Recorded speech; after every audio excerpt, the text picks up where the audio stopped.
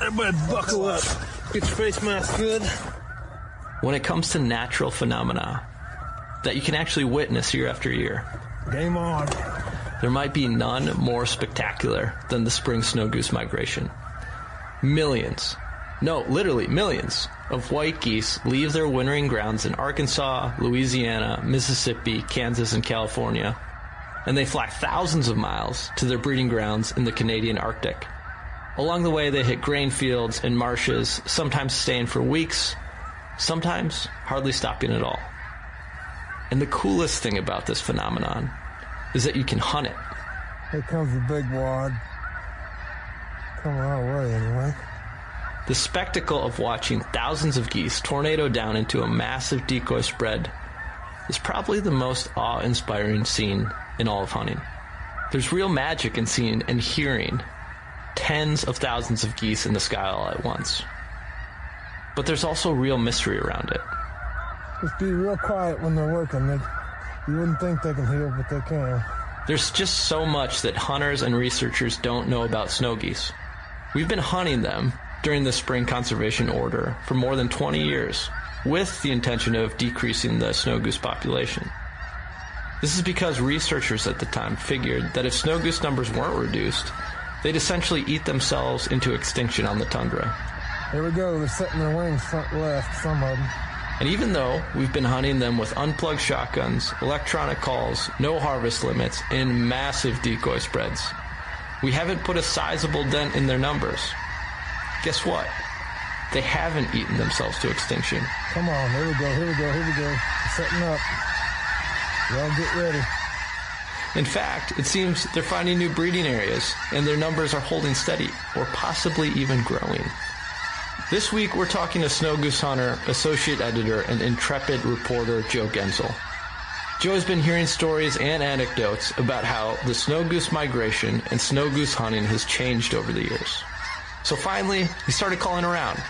He wanted to figure out what the heck is going on with snow geese and why everything we thought we knew about them was so wrong. Kill 'em!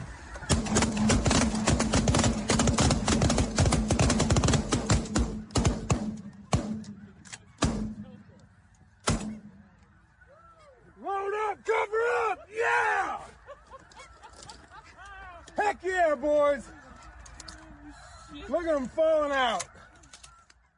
Okay, so Joe, they start this conservation order to hunt spring snow geese like 20 years ago. I know lots of people, and I know that you do too, who hunt snows really hard. Like that audio we just listened to. That was Tony Vandemore, who runs clients for snow geese through his Habitat Flats hunting lodges every spring. On a good snow goose hunt, groups will shoot 30, 50, 100 plus geese per day. But has this conservation order been successful in reducing snow goose numbers? Well, there's two parts to that. So the greater snow goose population, which exists in the Atlantic flyway, there was success with that. There was about 1 million birds in 1999 when the conservation order began, and hunters were successful enough in shooting enough of those birds to where the population is pretty sustainable today, down to about 700,000 greater snow geese. The harvest rate almost doubled on those birds. So it went from like 6% up to 13%. So it's a much smaller population, greater snow geese, than the mid-continent. Here's Josh Dooley, a biologist with the U.S. Fish and Wildlife Service. There's a lot more ability for hunters to exert, that extra harvest pressure on that population. So with that population, there's a pretty good correlation between that increased harvest and then when the population starts stabilizing. Waterfowl managers actually said that hunters were too successful with it. But on the flip side of that, lesser snow geese, which are part of the mid-continent population that migrate through the Central and Mississippi flyways, waterfowl managers really underestimated how many birds were actually in that population. They thought it was around 3 million in the early 90s, and it was more around 8 million. Wow. And some waterfowl managers think it went as high as 18 million in the 2000s. So hunters really never had a chance to be able to kill enough of those birds to get the populations to where waterfowl managers wanted them to be. In that mid-continent population of snow geese, they missed it by potentially 15 million? Like, how is that estimate? How is that estimate so far off? Well, they think that the population grew in the 2000s. So the reason I think they were so far off with it is it's really hard to estimate and conduct surveys on that amount of birds. One waterfowl biologist told me that they used to circulate like aerial photos of snow geese on the ground and just like pass them around to people and like just take guesses at how many geese they thought was in the picture. So it wasn't exactly a scientific method, and they don't even fly aerial surveys anymore on the breeding grounds because it's just so impossible to count that many birds. And I think that's just your main reason for why the estimate was so low. Wait, so talk me through that old way of estimating.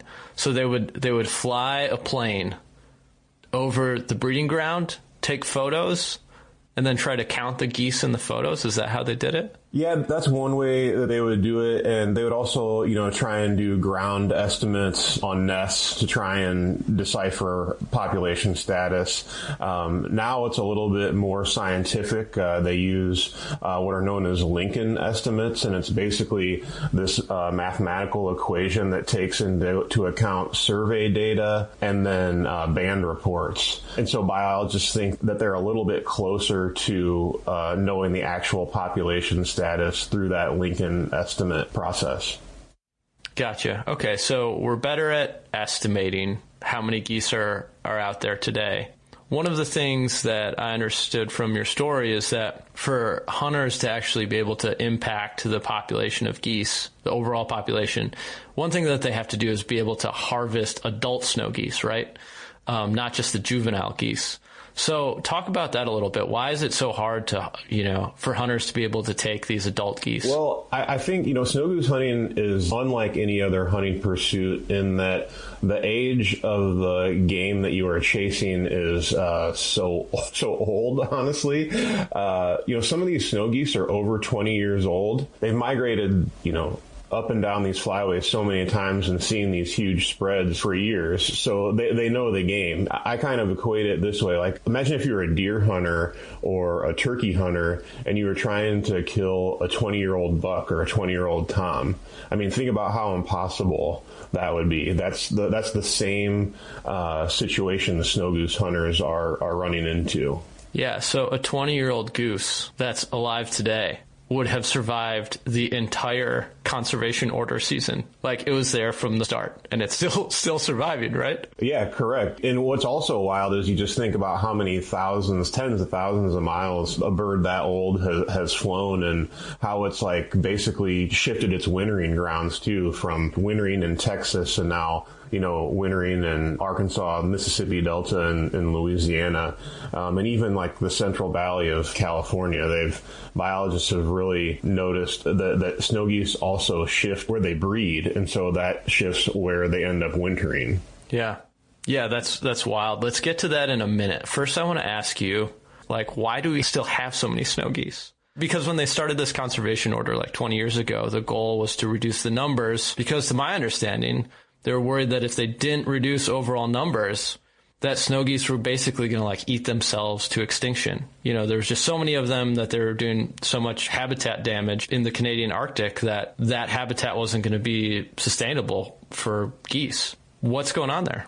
Well, as I understand it, in the 90s, the waterfowl biologists, they saw all these huge concentrations of birds on James and Hudson Bays, and they saw what kind of degradation those snows did to the coastal salt marshes there, and they were worried that they were going to basically, eat themselves out of existence. But what they didn't realize is that those areas are basically just staging grounds for huge amounts of snow geese, and then they eventually disperse, throughout Canada into the boreal forest, and they also disperse into these smaller colonies, so that the habitat degradation is essentially more localized, and also I think that they kind of failed to realize that like Arctic Canada is very vast. Yeah. So there's plenty of places for these snows to go. So I think that, that's the reason why snows have just continued to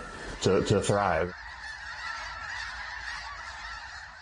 We'll be right back after the break.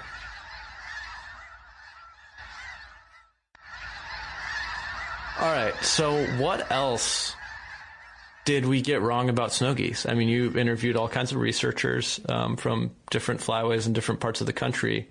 What's some of the most interesting stuff that you found out?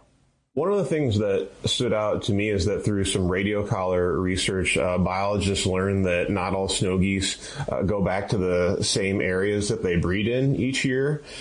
Typically, like most waterfowl, tend to stick to the same breeding grounds, but they've seen snows breed in the Canadian Arctic and then in one spring and then travel thousands of miles west to Wrangel Island, which is in between like mainland Russia and Alaska. And then they end up breeding there the next spring. Also, one other thing that's currently going on is that the way Texas is mismanaging snow geese right now, they've decreased the bag limits on snows because fewer white geese are wintering there now. It used to be in the heyday it was over a million birds, and I think it's below 350,000 now. And Texas is also trying to improve snow goose habitat, which is pretty baffling, considering everyone else is trying to reduce the overall population of mid-continent light geese. There's 30 papers published out there that harvest is having zero impact on survival. Here's Chris Nicolai. He's a biologist with Delta Waterfowl. So they're actually trying to reduce harvest to impact survival. It's like, which one of these 20 papers didn't you guys read? So Texas's management practices are basically going against decades of scientific research. Okay, so explain that a little bit more. Because it's not that the goose numbers overall have decreased and now like we need to change up our management so that there's more geese in Texas. Essentially what's happened is the geese have just gone somewhere else, right? They're not migrating and wintering in Texas anymore. Why not? Right, because the rice production in Texas has essentially gone away, and that's the main reason why so many snows used to go there. It's shifted east to Arkansas, Mississippi, and Louisiana, and that's why you'll find a majority of the population wintering there. And like it's hard to overstate, I think, how big of a change this is, right? Like there was a whole kind of economy and industry built around Texas snow goose hunting, right? Yeah, in the late 80s and throughout the 90s, I mean, the coastal prairie of Texas just boomed, not only with snow goose hunters and guides, but just the rice production too. That whole area was just indoctrinated, I guess you want to say, with white goose culture, and that has all basically gone away. Yeah, I think something that is interesting about that is to us, like that seems like such a dramatic shift, right? Like geese were going to this one area and now they're hundreds of miles away, wintering somewhere else. But to the geese, like that's not really that far, right? Like to them in Texas or Arkansas, like that's not really that big of a distance compared to the thousands of miles that they migrate. Right. I mean, especially for snow geese, which are just, I think you can consider them like one of the most like flighty waterfowl. They like to fly. I mean, if you've ever hunted them or just like live in an area where they stop through during their migration, they aren't the type of bird to sit on the water all day long. Yeah.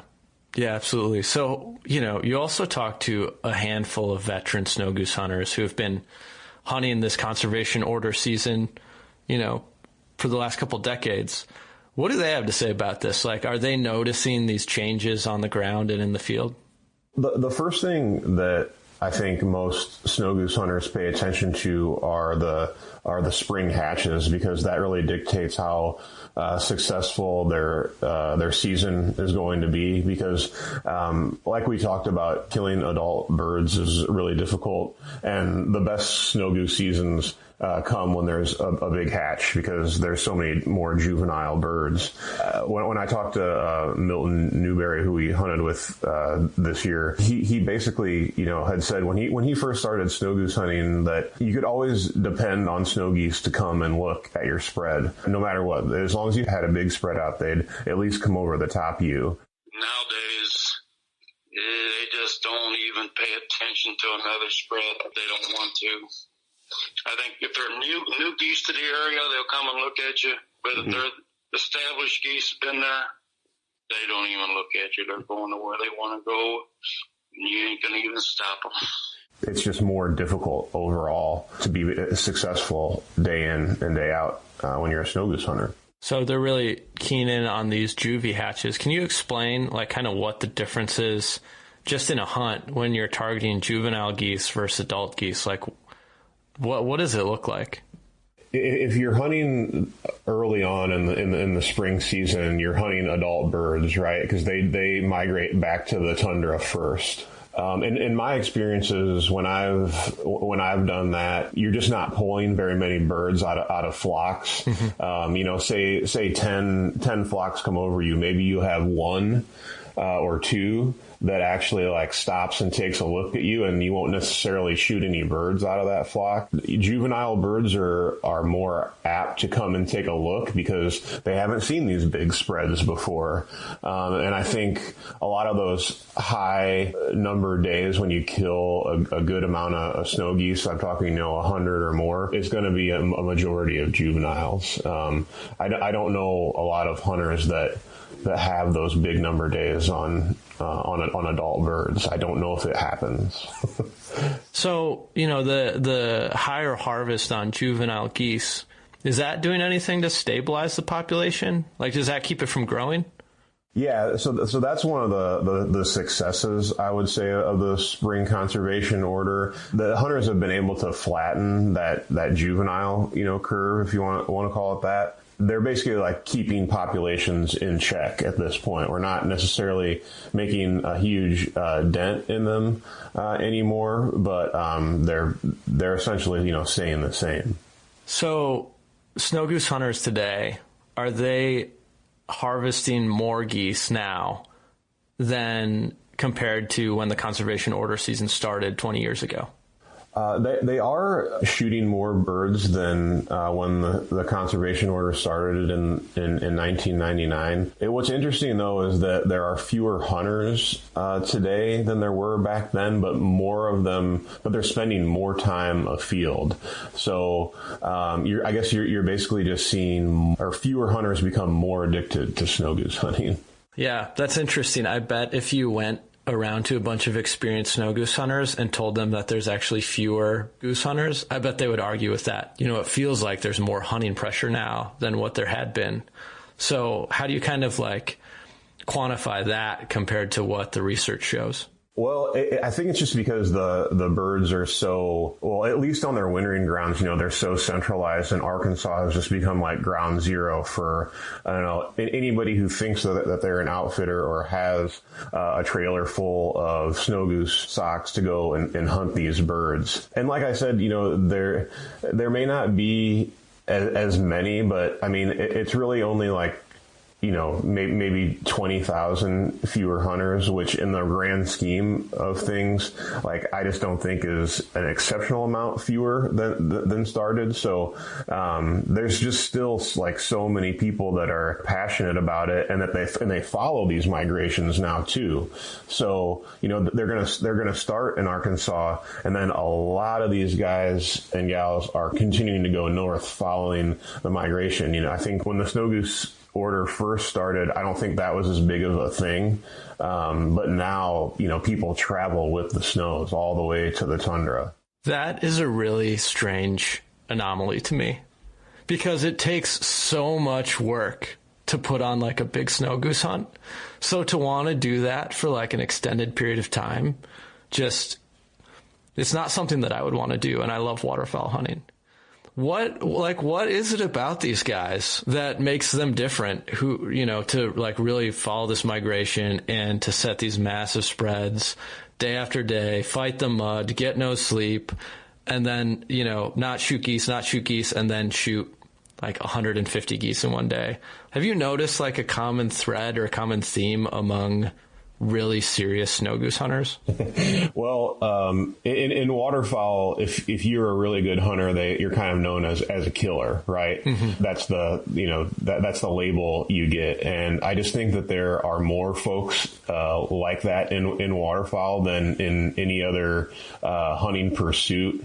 Just for the simple fact that we hunt more than, for the most part, than big game hunters. And I think also, like, once you start consistently killing big numbers of birds, or even if you only do it a couple times a season, it can get really addicting. Like, I've been on a couple of shoots where it got up into the 90s in terms of bird numbers, and I can see why you would get addicted to it. I personally don't have the time to dedicate to that. But if you do, like I said, I can see why you would want to continue doing it for as long as you can. And also, you can pretty much do it almost 12 months out of the year now. The season would start in September in Canada, and you can hunt them, in some places in Canada, you can hunt them all the way into June. Yeah, like, to me, it seems like just the most extreme version of waterfowl hunting. Like, if you're hunting ducks, you put out a few dozen duck decoys and you can shoot your 6 birds, and, that's kind of the limit. Snow goose hunting it's like that times like 1,000. Like, you can put out an unlimited amount of goose decoys, so it just takes everything to the extreme. And I guess maybe, it is waterfowl hunting still. It's just the most extreme version of it. Yeah, and I think there's something to be said by, like, not that any of us want to break the rules, but it gives you an opportunity to shoot as many birds as you want to. You can put an extension magazine tube on your shotgun. You're hunting over spreads that can be upwards of 10,000 decoys. You're hunting flocks that can be in the thousands, tens of thousands of birds. It's almost like a circus, It's just so much different than any other kind of hunting you'll ever do. Yeah.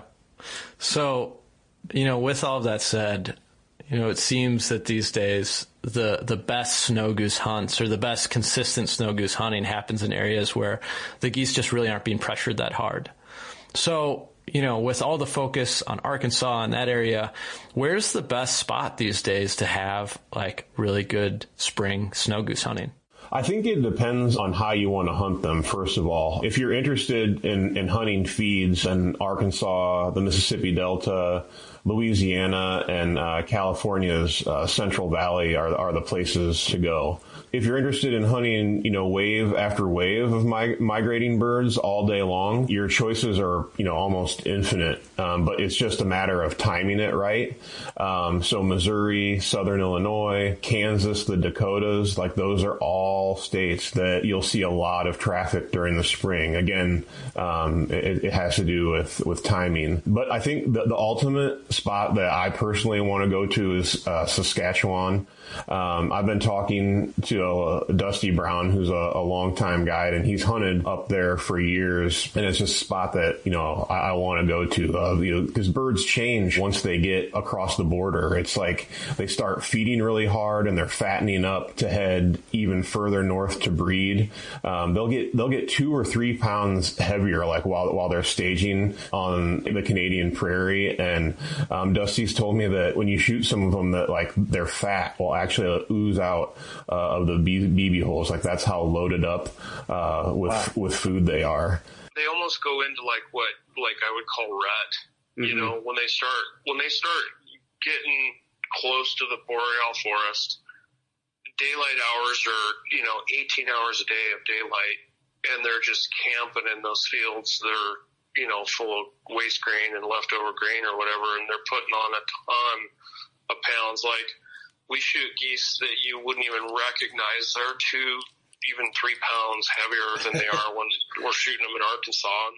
every once in a while you'll see one that has like a real immature egg forming in it, but that's like late May, early June. Their attitude changes. They don't fly 8 miles high from roost to feed. They just kind of float around up there. And I guess, and you just have to realize that, you know, wherever there are big concentrations of snow geese, they are going to get pressured. So, like, I can't say that there's one or two best places to hunt them in, but if you want to get away from that pressure, you have to pursue smaller populations of birds. And, you know, you and I have done that together, but I'm definitely not going to say where it was because I want to get invited back.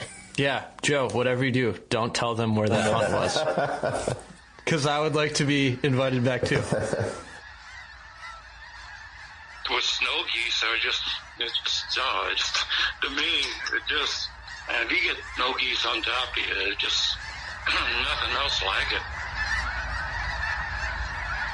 The Outdoor Life podcast is edited and produced by Senior Deputy Editor Natalie Krebs. It's hosted by me, Editor-in-Chief Alex Robinson.